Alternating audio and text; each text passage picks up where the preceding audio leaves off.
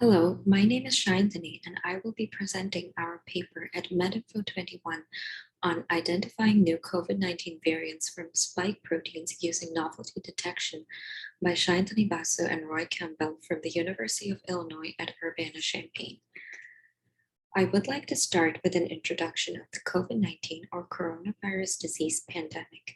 This is an ongoing global pandemic that has resulted in almost 220 million cases and almost 4.6 million deaths reported worldwide till date. The figure shows the world map highlighting the total COVID-19 cases.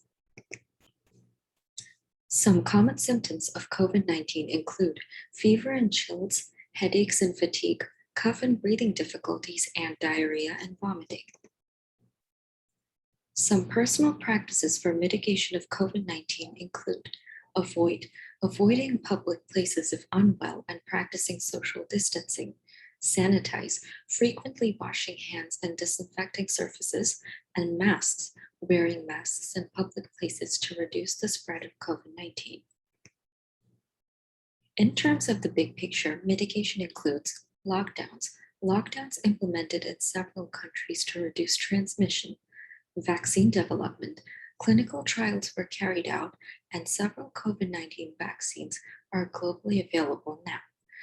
Protecting the community, encouraging everyone to get a COVID-19 vaccine to prevent severe disease, and treatment of severe cases, isolating and treating patients with severe COVID-19 in hospitals. The current challenges in the COVID-19 pandemic can be broadly categorized into the following. Variants of concern, more infectious and new mutations, for example, the Delta variant. A variant-proof vaccine is of interest at the moment. Breakthrough cases are COVID-19 infections occurring among the fully vaccinated population and are of increasing concern. Clinical trials and safety. Each vaccine needs extensive clinical trials. Safety measures, for example, storage temperature, must be consistent. And vaccine hesitancy. Certain personal preferences and conspiracy theories have led to vaccine hesitancy, putting the unvaccinated population at risk. I would now like to discuss the methods used in our paper. We have performed a comparative study of various novelty detection algorithms, isolation forest, elliptic envelope, one-class SVM, and local outlier factor on COVID-19 spike protein sequences. We use two pre-processing methods on the spike protein sequences. ProdVec, fragment the sequences into overlapping 3 grams. Each of the 3 grams are mapped using the ProdVec vectors. These vectors are added to give the full protein vector representation for the entire sequence. 3mer, fragment the sequences into overlapping 3 grams. This time, we represent each sequence as a vector containing counts of each of the 3 grams. We also evaluate performance using dimensionality reduction with principal components analysis and sequence alignment with MAFT. We aim to find a method that provides consistent performance across different COVID-19 variants and study possible parameter tuning. I will now give a brief introduction of some of the terms used in our paper, starting with spike proteins. Spike proteins are a type of protein located on the surface of the SARS-CoV-2 virus that causes COVID-19. The figure shows the spike proteins. A shows the structure of a spike S protein. B shows the S protein bindings to ACE2 receptor. C shows the binding plus cell fusion controlled by the S protein, and D shows the SARS-CoV-2 host cells. At this point, one might ask why we chose to study spike proteins. There are many reasons for this. The spike protein S is located on the surface of the SARS-CoV-2 virus. It enables entry into host cells by means of ACE2. It can be primarily targeted by antibodies, and it can help in drug and vaccine design research. Next, I will go over the novelty detection algorithms we have studied in our paper. Isolation forest. Proposed by Liu et al., it randomly splits and partitions features based on the maximum and minimum value. It then builds trees out of the splits. The forest of such trees have shorter paths in order to isolate the anomalies. Elliptic envelope. It was proposed by Russo and Dreisen and is mainly used for detecting outliers in settings for Gaussian data. One-class SVM. One-class SVM is used to find anomalies based on support. It can be used with high-dimensional distributions. It works with SVM, support vector machine, as its basic algorithm, and local outlier factor. Local outlier factor identifies the deviation in density of an observation with respect to its neighbors. The densities are compared to identify outliers, and the novelty parameter is set to true in sklearn while using this approach. Some other approaches we studied in some of our experiments include dimensionality reduction using principal components analysis and sequence alignment using MAFT. Principal components analysis, or PCA, is a common dimensionality reduction technique. The sklearn implementation of probabilistic PCA is used in our paper to retain at least 95% of variance in the data.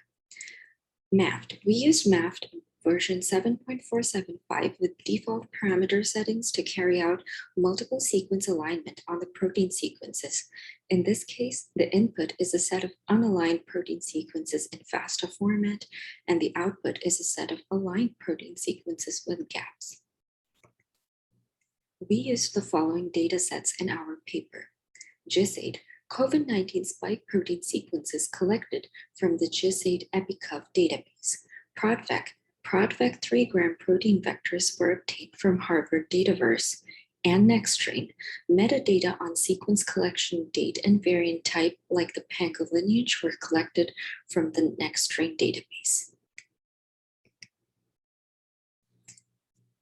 In terms of implementation, all our code is written in Python 3 with pandas and scikit-learn. For appropriate evaluation, training is performed on the data from before the first appearance of the variant. Accuracies are indicated by the number of correct instances of detection starting from the date the variant was first identified. Higher accuracies, greater than 70%, are marked in yellow. All results have been updated with a set of sample sequence data till September 4, and results that are non-convergent have not been shown. I will now discuss the results we obtained. Table 1 shows the time taken by various pre-processing methods. We observed that ProdVec unaligned and ProdVec aligned take longer to pre-process compared to 3-mer unaligned and 3-mer aligned due to summing of vectors needed to compute the protein vector for the entire sequence. In the above table, we only show the time taken for vector construction. The time for alignment of sequences is the same, irrespective of whether ProdVec or 3-mer is used. Here are the accuracies obtained for the B117 or alpha variant of COVID-19 using various novelty detection methods as shown in Table 2. We observed that one-class SVM and local outlier factor both perform well in this case. Here are the accuracies obtained for the B1351 or beta variant of COVID-19 using various novelty detection methods as shown in Table 3. We observe that one-class SVM performs the best in most cases. Here are the accuracies obtained for the B16172 or Delta variant of COVID-19 using various novelty detection methods as shown in Table 4. We observe that one-class SVM and local outlier factor give good performance in some of the cases. We get a high accuracy of 98.08% in this case. We now discuss our results on hyperparameter tuning. Table 5 shows accuracies for parameters of one-class SVM on ProdVec unaligned. We observe that higher values of nu are beneficial, with the kernel RBF performing well in most cases, with accuracies as high as 100%. Of course, it is possible to extend hyperparameter tuning on our other methods as well. To conclude, one-class SVM gives consistent performance in terms of accuracy across all variants compared to the other novelty detection methods, with local outlier factor performing better in some cases. The highest accuracy obtained is 98.08% in case of the B16172 or Delta variant without parameter tuning, and 100% in case of the B1351 or Beta variant with parameter tuning. ProdVec gives better results in terms of accuracy compared to 3-mer, though it takes more time at the pre-processing stage. Alignment of sequences does not necessarily lead to significant improvement in performance.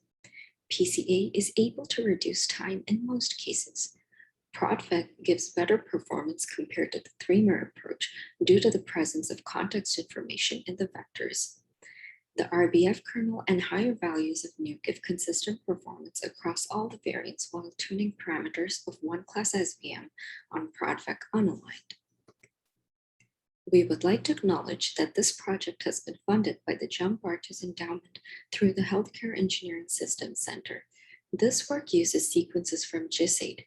We would like to acknowledge all contributing laboratories that have contributed their COVID-19 sequence data to GISAID. Thank you for listening.